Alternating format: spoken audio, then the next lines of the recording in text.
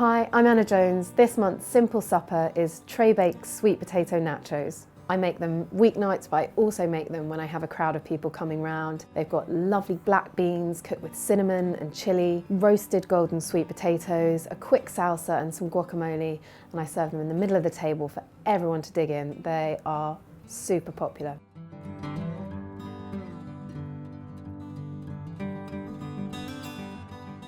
Start by preheating your oven to 200 degrees centigrade. Cut the sweet potatoes into small cubes. Drizzle with olive oil and a bit of salt and pepper and pop into the hot oven to roast for 25 minutes until golden.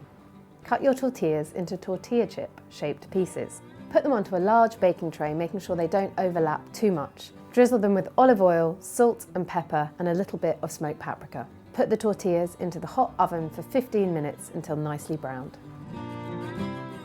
Now onto the beans. Heat a frying pan on a medium heat, add the garlic and a little olive oil and cook until the edges of the garlic are just beginning to brown.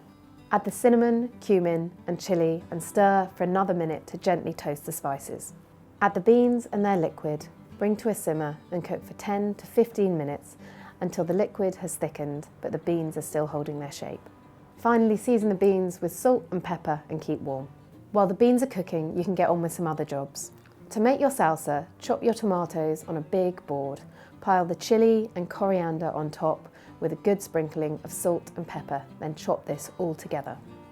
Put your salsa into a bowl, add a squeeze of lime juice, a little olive oil, mix together and put to one side.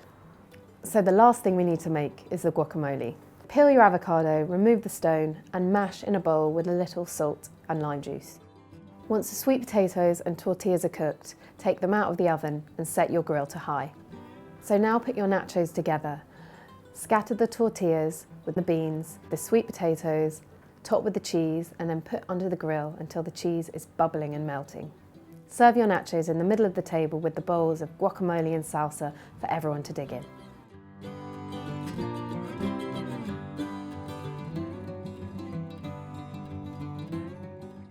So I hope you enjoyed this recipe. For more videos from the pool, please just click subscribe.